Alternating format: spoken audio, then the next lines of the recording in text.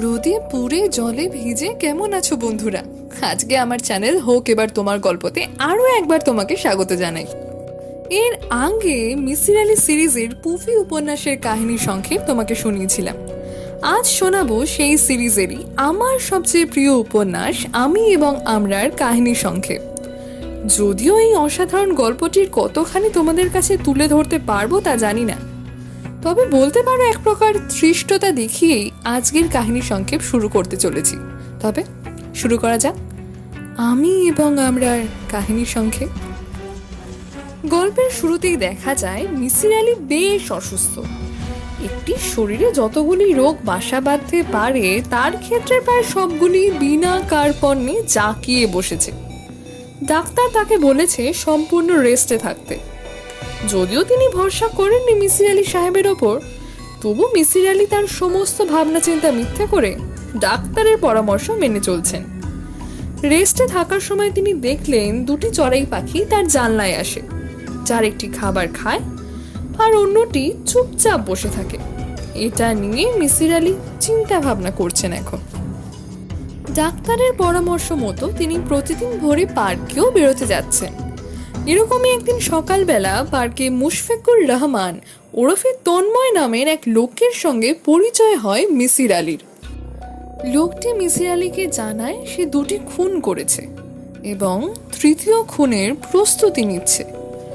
প্রথমে এরকম ভয়ানক কথা শুনেও কোনো কৌতূহল বোধ করেননি মিসির আলি, কিন্তু হঠাৎ লোকটির কালো জিভ দেখে মিসির আলি চমকে ওঠেন। জানা যায় তার ছোটবেলায় একবার কালা জ্বর হয়েছিল, এই তারই চিহ্ন। তারপরে যেন উৎসাহ পান মিসির আলি তার কথা শুনতে। জানা যায় তন্ময়ের মা বাবা ছোটবেলা থেকেই আলাদা থাকে। সে থাকতো তার বাবার সঙ্গে। মায়ের সঙ্গে দেখা করার জন্য তন্ময়কে নিয়ে তার মাস্টার সাহেব তার মায়ের কাছে যাওয়ার সময় তাদের বাড়ির কাজের লোক সর্দার চাচার হাতে ধরা পড়ে। তন্ময়ের বাবার নির্দেশে সর্দার চাচা মাস্টার সাহেবকে প্রচণ্ড পরিমাণে মারে, ফলে মাস্টার সাহেব মারা যান। তন্ময় দাবি করে মারা যাওয়ার পর থেকেই সেই মাস্টার সাহেবের ভূত তাদের বাড়িতেই থাকে, এমনকি এখনো আছে। মিসির আলি বেশ অবাক হয় এটা ভেবে মায়ের সঙ্গে দেখা করাতে চাওয়ার জন্য মাস্টারকে মেরেই ফেলা হয়। সে তন্ময়ের মায়ের সঙ্গে দেখা করতে চায়। তন্ময় ও রহস্যময় হাসি হেসে তার মায়ের ঠিকানা দিয়ে দেয় মিসির আলিকে।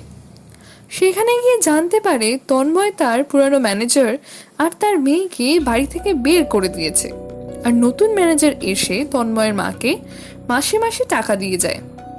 মিসির আলি তন্ময়ের মায়ের কাছ থেকে বিশেষ কোনো তথ্য জানতে পারেন না, তাই চলে যায় তার নতুন ম্যানেজারের বাড়ি।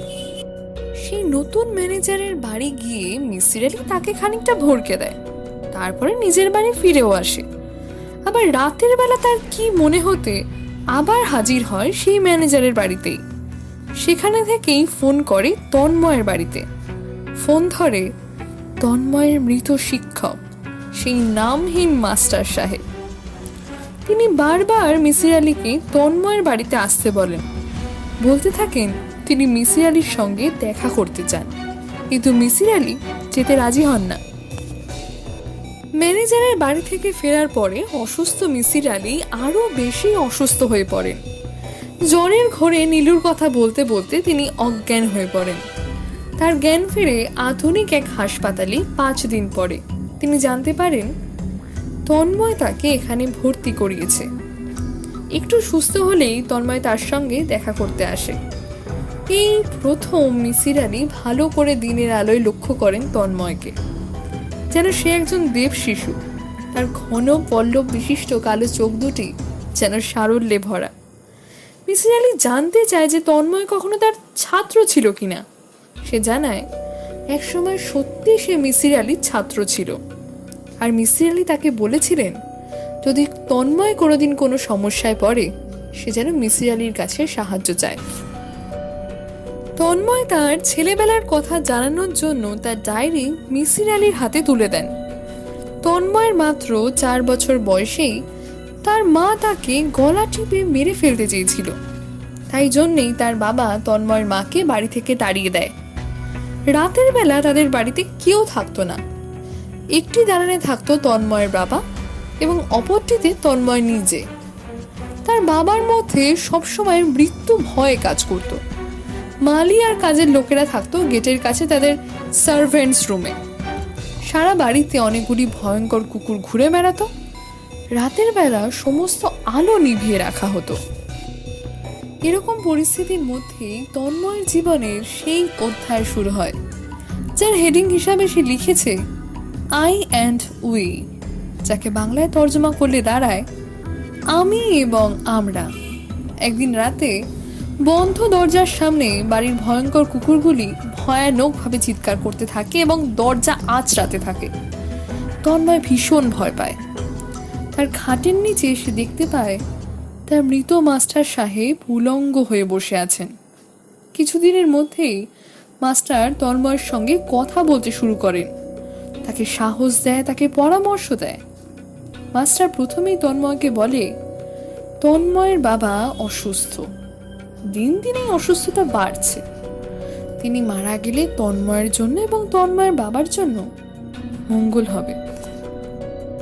মাস্টারের পরামর্শে তন্ময় সিঁড়ির সামনে কলার খোসা ফেলে রাখে। সেই কলার খোসায় পা পিছলে তার বাবা মারা যায়। এটাকেই তন্ময়ের প্রথম খুন বলা যেতে পারে। এই ঘটনার পর বেশ কিছুদিন মাস্টারকে আর দেখা যায় না। তন্ময়ের বাবার উইল অনুযায়ী তার ম্যানেজার তন্ময়ের অভিভাবকত্ব পায়। এদিকে অনেকদিন পর তন্ময় আবার মাস্টারকে দেখতে পায়। মাস্টার এখন থাকে দোতলায় তন্ময়ের বাবার ঘরে। তন্ময়কে সে পরামর্শ দেয় সর্দার চাচাকে ধাক্কা দিয়ে কুয়োতে ফেলে দিতে। তন্ময় এবারেও সেই কাজই করে। সর্দার চাচা মারা যাওয়ার পর ম্যানেজার সাহেব থাকতে আসে তন্ময়ের বাড়িতে। সঙ্গে আসে ম্যানেজারের মেয়ে রানু, যে ছিল তন্ময়েরই সমবয়সী। তারা দুজনে বড় হতে লাগলো একসঙ্গে।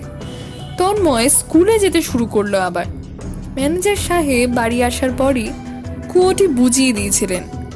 তারপর একদিন যখন দোতলায় তন্ময়ের বাবার ঘরে যান ম্যানেজার সাহেব, কিন্তু কেমন যেন ভয় পেয়ে যান সেই ঘর থেকে বেরিয়ে। রানু আর তন্ময়কে বাড়ির দোতলায় উঠতে নিষেধ করে দেন এবং মিস্ত্রি ডাকিয়ে সেই ঘরের দরজায় আড়াআড়ি কাঠ লাগিয়ে চিরদিনের মতো বন্ধ করে দেন। বাগান করতে করতে, পড়াশোনা করতে করতে, খেলতে খেলতে তন্ময় আর রানু বড় হয়ে উঠল এক সহজ সরল সম্পর্কে, একে অপরের প্রতি ভালো লাগা নিয়ে। তন্ময় যখন ঢাকা বিশ্ববিদ্যালয়ে পড়ে, তখন একদিন বৃষ্টিতে দুজনে ভেজার সময় বহু বছর পর মাস্টারকে আবার দেখতে পেল তন্ময়। সেই অবস্থায় রানু যখন তন্ময়ের দিকে এগিয়ে আসে, তন্ময় রানুকে ধাক্কা মেরে ফেলে দেয়। কারণ তন্ময় বুঝতে পারছিল মাস্টার সাহেব এক এক করে তার ভালোবাসার মানুষদেরকে সরিয়ে দিচ্ছে। বাবা আর সর্দার চাচার পর হয়তো এবার রানুর পালা। তাই তন্ময় সেই দিনই ম্যানেজার সাহেব এবং রানুকে বাড়ি থেকে বের করে দেয়। মিসির আলী সুস্থ হয়ে বাড়ি আসার পর তার সঙ্গে দেখা করতে আসে তন্ময়। মিসির আলী আর তন্ময় কথা বলার জন্য পার্কে চলে আসেন।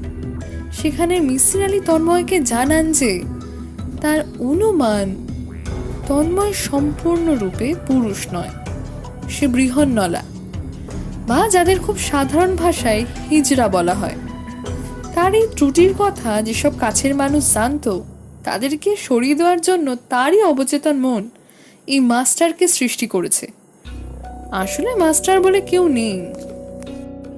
মাস্টারের অস্তিত্বকে সে এতটাই তীব্রভাবে বিশ্বাস করে যে তার সঙ্গে অনেকেই মাস্টারকে অনুভব করেছে।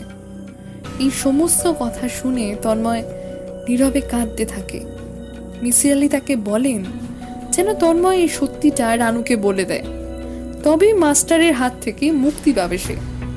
মিসির আলী সেদিনই তন্ময়ের সঙ্গে তার বাড়ি যায়।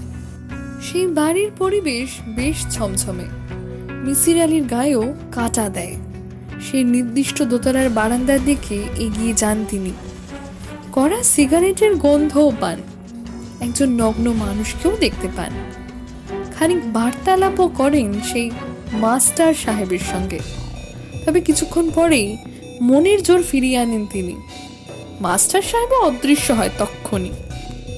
মিসির আলি সাহেব তন্ময়কে ডেকে বলেন সে যেন দেখে যায় মাস্টার সাহেব বলে কেউ নেই।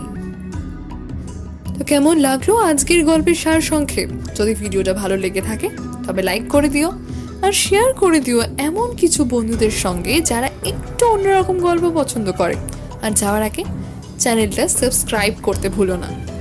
আর ভিডিও শেষে এটাই বলবো যে হাসতে ভুলে যেও না, বাঁচতে ভুলে যেও না। ভালো থেকো, ভালো রেখো। আর আজকের মতো টাটা।